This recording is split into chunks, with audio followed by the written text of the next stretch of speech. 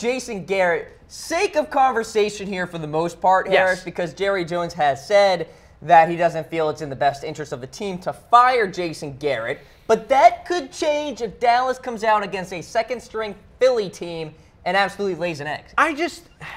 What does Jason Garrett bring to your team besides the consistency of his head coaching? Is he a great offensive mind? Is he a great defensive mind?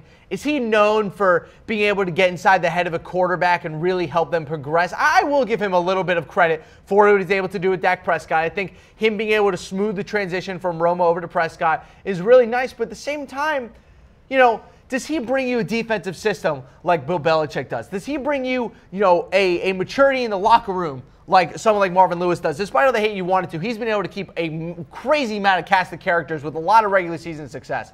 I really do think that it might be time for the Cowboys to move on from Jason Garrett. I think they need to get an offensive mind in there. Maybe they can try to steal Sean Payton away from the New Orleans Saints or something like that. They need to get a world-class head coach. This is the Dallas Cowboys that we're talking about. I was talking about this with Lena Bond, who is one of our Cowboys fans here, producer of the Cowboys show. She even mentioned it to me. We are the Dallas Cowboys.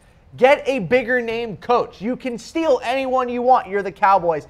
I think the only reason he's still here is because Jerry Jones likes him around and likes having a little sock puppet to play around with. Well, that's just it. I mean, at the end of the day, will Jerry Jones fire Jason Garrett? I mean, I don't think there's enough pressure on Jerry Jones at this point in time. Now, will that pressure change? It absolutely could. It could get a lot worse if Dallas does indeed look pretty putrid against Philadelphia this week.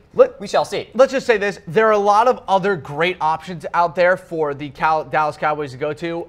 Like, for instance, if they fired Jason Garrett and they called up Josh McDaniels and said, hey, Josh McDaniels, come take Dak Prescott, Ezekiel Elliott, and see what you can do with this offense. Have fun.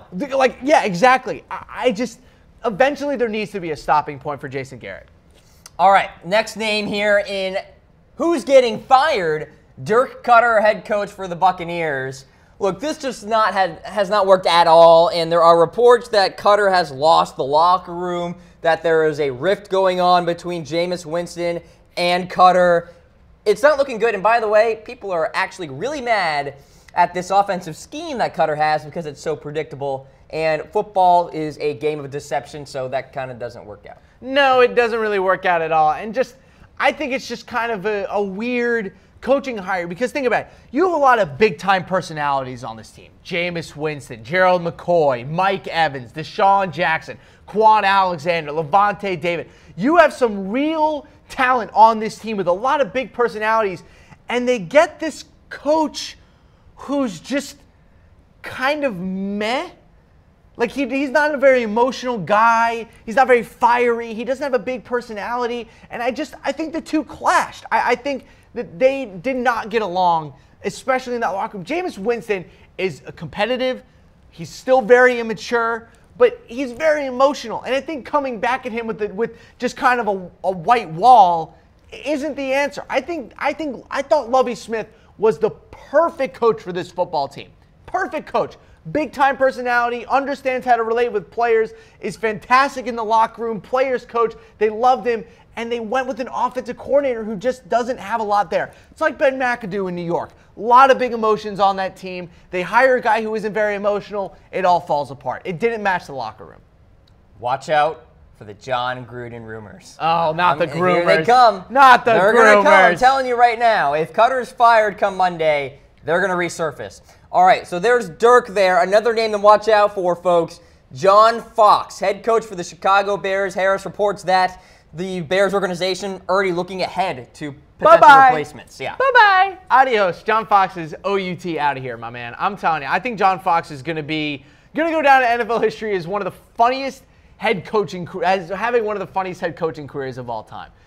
He was great with the Panthers, led them to a Super Bowl, and then there was 7 years of nothing, went to the Broncos, 3 years of nothing, random Super Bowl, gets cucked by Gary Kubiak, who leads into another Super Bowl to win the Super Bowl, and then they lose. And then he goes to the Bears, and they're just terrible.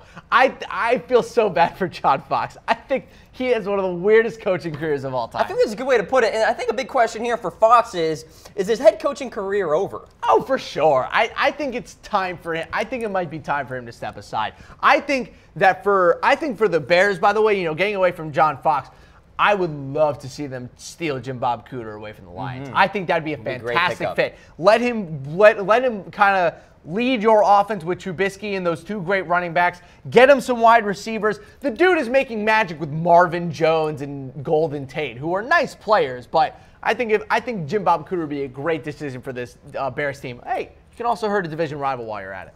All right, so there's John Fox as a potential name we'll hear come Black Monday. Another name that I am guaranteeing we're going to hear, Chuck Pagano, head coach for the Colts. It is time for Chris Ballard to clean house. And I think it's time for Dave Taub to take over, who's the chief special teams coordinator. He's been long rumored to be getting a head coaching job somewhere. Chris Ballard, former Chiefs guy, I think the connection is there. I really do think that's going to be the decision. It's time for Pagano to go. I mean, there's not really much he's been able to do. The front office hasn't been able to draft him anything. He was stuck with Ryan Grigson, I believe, if I'm remembering correctly. One of the worst GMs in NFL history. Couldn't draft an offensive line to save his life. I think this whole era of Colts football needs to come to a close. Yeah, it's more about the fresh start than anything else. Yeah. I mean, at this point, Chuck Pagano, is he a bad coach? Absolutely not. I just think the situation has been bad. The front office and coaching part of the Colts have been so bad, it infected the greatest quarterback prospect since John Elway. Now, we don't even know when Andrew Luck's going to play football again. Correct. And I entirely blame Chuck Pagano and Ryan Grigson. 100% blame them. All right, so there's Pagano. One more name to get to. This one seems to be a foregone conclusion. Marvin Lewis. Yep. His tenure is finally over, Harris. And here's where it kind of gets interesting for the Cincinnati Bengals team. I don't think there's a real number one option that's going to attack them, because I think that the bigger options that they'd be looking for, whether it's the two Patriots coordinators, maybe, like we said, Tal before with the Chiefs, Jim Bob Cooter with the Lions, there isn't really a great fit for this Bengals team right off the top of your head that you think can come in and turn Andy Dalton into a Super Bowl winning level quarterback. I think it's going to be tough for the Bengals to really get a guy outside of house. I think they're going to go in-house. They're probably going to go internal. I think they're going to go internal. I think it's going to be a massive mistake. I think this Bengals team is in for many, many years of turmoil with that head coaching position. Marvin Lewis, for all the crap we give him, especially here on NFL Daily and elsewhere, you can't hate on consistency. I mean, the team has been good for over a decade. They've made the playoffs a bunch of times. They've always been in the top half-ish of the AFC North. There's always been that but. Yeah, there's always been the but can they win in the playoffs?